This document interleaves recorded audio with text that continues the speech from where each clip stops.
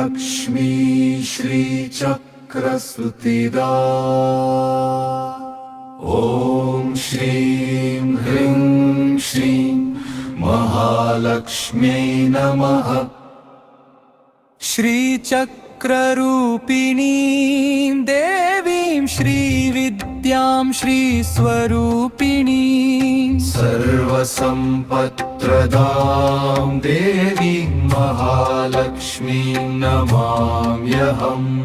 पद्मासनां पद्मकरां पद्मपत्रनिभेक्षणां पद्ममालाधरां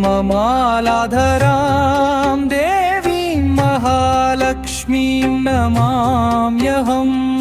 श्रीचक्रमध्यसंस्थां च क्षीराग्निं सर्वमङ्गलां सर्वकामप्रदां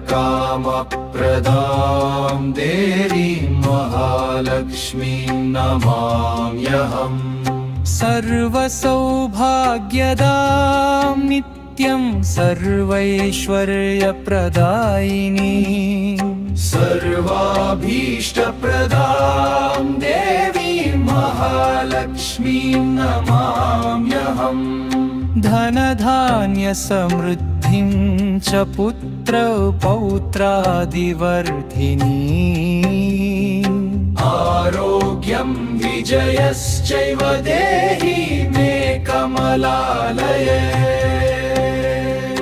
दारिद्र्यदुःखहन्त्रीं च सर्वपापप्रणाशिनी शरणागतदीनार्तपरित्राणपरायणा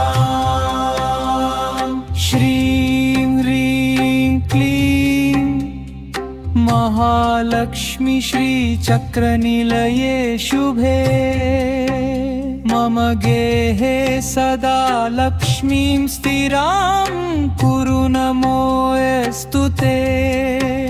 ॐ महालक्ष्म्यै च विद्महे श्रीचक्रवासिन्यै च धीमहि तन्नो लक्ष्मी प्रचोदयात्। ॐ श्रीं ह्रीं श्रीं महालक्ष्म्यै नमः। ॐ श्रीं ह्रीं श्रीं श्रीचक्रवासिन्यै च धीमहि।